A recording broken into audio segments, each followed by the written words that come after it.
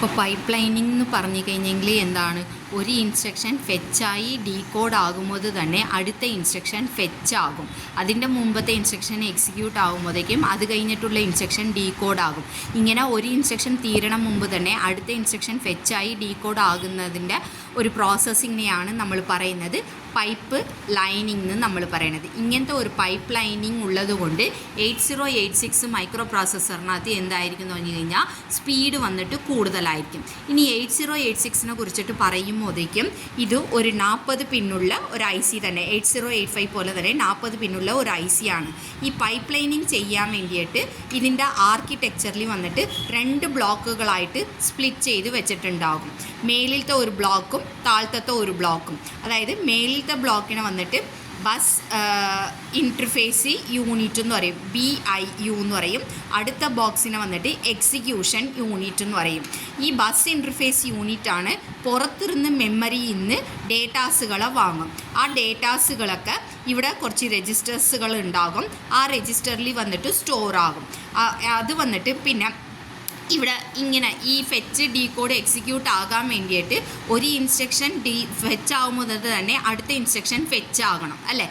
ആദ്യത്തെ ഇത് എക്സിക്യൂട്ട് ആകുമ്പോൾ അടുത്തത് ഡീകോഡ് ആകണം. അങ്ങനെ വേണ്ടിയിട്ടാണ് ഇത് 2 ബ്ലോക്കാക്കി ഇങ്ങനെ തന്നിരിക്കുന്നത്. അപ്പോൾ ഇവിടെ എന്താണ് കോഡ് വന്നിട്ട് ഇതിലെ കൂടി വാങ്ങി എന്നാണ് ഇവിടെ വന്നിട്ട് ക്യൂ എന്ന് പറഞ്ഞ ഒരു രജിസ്റ്ററും കൂടി ഉണ്ടാകും. ഇത് അറ്റ് ദ ടൈം എന്താണെന്ന് പറഞ്ഞാൽ 6 ബൈറ്റുകളെ വന്നിട്ട് 01, 02 എന്ന് പറഞ്ഞിട്ട് 6 ബൈറ്റുകളെ സ്റ്റോർ ചെയ്യാൻ വേണ്ടിയിട്ടുള്ള ഒരു രജിസ്റ്റേഴ്സാണ്.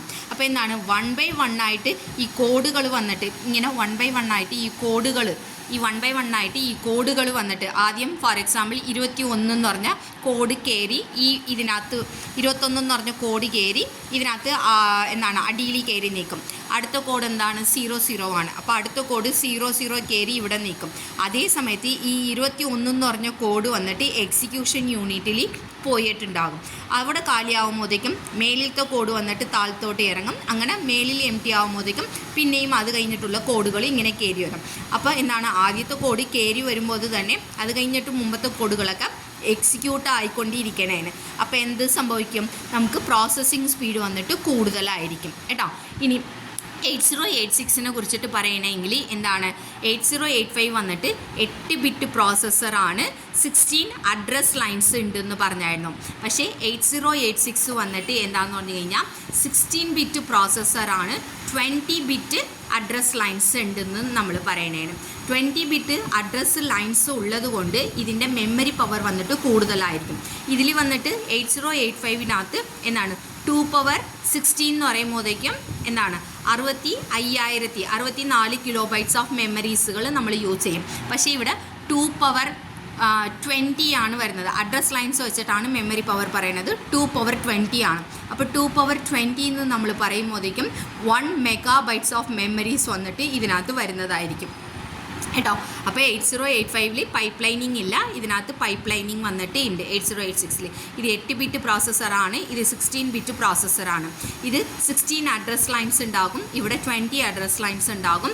ഇവിടെ വന്നിട്ട് എന്താണ് മെമ്മറിയുടെ പവർ 64 കിലോബൈറ്റ്സ് ഓഫ് മെമ്മറി എന്ന് പറയും. ഇവിടുത്തെ മെമ്മറിയുടെ പവർ വന്നിട്ട് 1 മെഗാബൈറ്റ്സ് ഓഫ് മെമ്മറീസ് ആയിരിക്കും പറയുന്നത്. രണ്ടും തന്നെ മൈക്രോ പ്രോസസ്സർ തന്നെയാണ് കേട്ടോ.